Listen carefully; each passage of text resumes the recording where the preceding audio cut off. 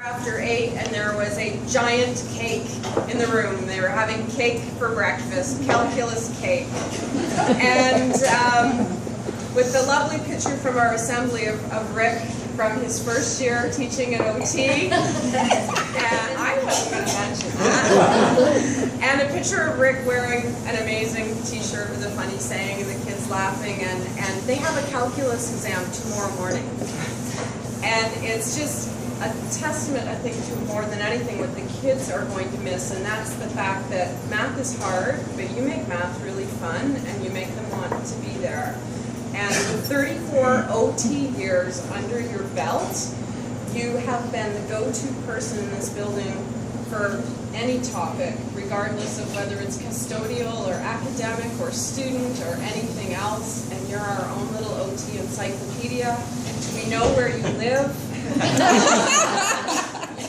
And we're going to miss you for a whole host of reasons. Number 10. I have number 10, and I'm going to read it and edit it. I will miss his friendly smile whenever we pass in the hall, but I would like to change that to I will miss his friendly smile whenever I meet him. Number 9, I will really miss your kind-hearted nature. Number 8, I will miss his shy, self-effacing grin and his quiet kindness. Number 7, I will miss Rick's uncanny ability to give a reality check when most needed. Number 6, I will miss listening to the students talk about what a great math teacher Rick is. He is the calculus guru. But I'll see you around the neighborhood when I'm walking my dog. That's right. Number 5, I will miss Rick's genuine care and concern for all of his students, his professionalism, and his wisdom. Number 4, I'll miss his humorous observations at the next wave of educational thinking initiatives. I don't know why I thought this. His observations about the latest trends sent down from the board and or ministry are always worth hearing. Number 3, he is a man of answers, and most days as we leave the office, I would say to Rick, "What are you guys making for dinner?" And that's what I'm making, so I hope I don't go hungry next semester. Number 2, Rick, I thought I was just going to come here and have a beer. So I didn't bring my glass, and I had to borrow GT's. So, here it goes. Even though I've been out of the system for a while now, I really still miss the working and collaboration that we did together in all our various courses. Your common sense and insight was certainly, and I spelled insight wrong, was certainly welcomed not only by me, but by the others in the department. The school, and even more importantly, as was alluded to before, the students are losing a great teacher. All the best. Hey, Ed, reason number 1. It's long. I'm personally going to miss everything about it. Rick is being the single most influential person in my career to date. Whether it be his sage, level-headed advice with respect to all things related to math instruction, or his wealth of experience in coaching, I have learned so much from him over the years. I admire his dedication to his students, and I'm very jealous of how fast he can mark.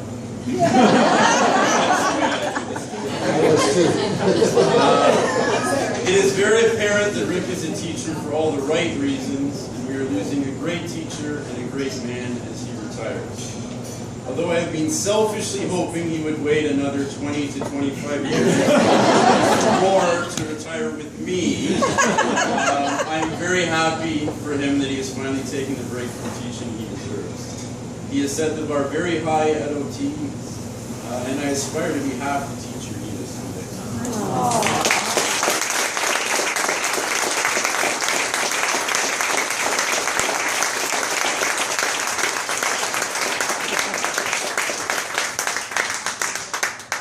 I'm a man of few words, but I got lots of them today. First of all, I want to thank Kathy, Corinne, B-Meg, and all the organizers for this great celebration for all 4 of us. I'd like to thank the families of John, Diana, and Pat for the We all know how much slack you picked up while we were coaching and conducting orchestras and taking art and music field trips. It's a lot that we put on you. With that in mind, I'd like to thank my family. The best thing I ever did was convince my wife to marry me. For all you guys that are groaning, I'm going to be spending more time at home now.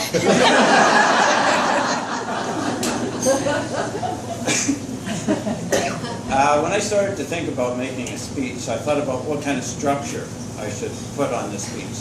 So I thought about doing a video, putting it online, having you all watch it, and then we could discuss it. That wasn't good. Then I thought, what I could do is gather some articles in the newspaper or articles that profess the same kind of philosophy. We could sit in groups and talk about them and discover. I thought, no, that's not me. So I decided instead to go with the cranky old sage on the stage. But I did bring my best, my favorite piece of presentation software. It's coming. It's there. Actually, I brought enough for everybody. In case you don't know.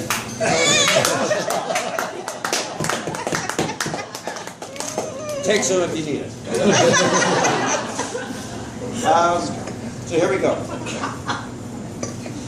Sit back and maybe giving Marty a run for his money in terms of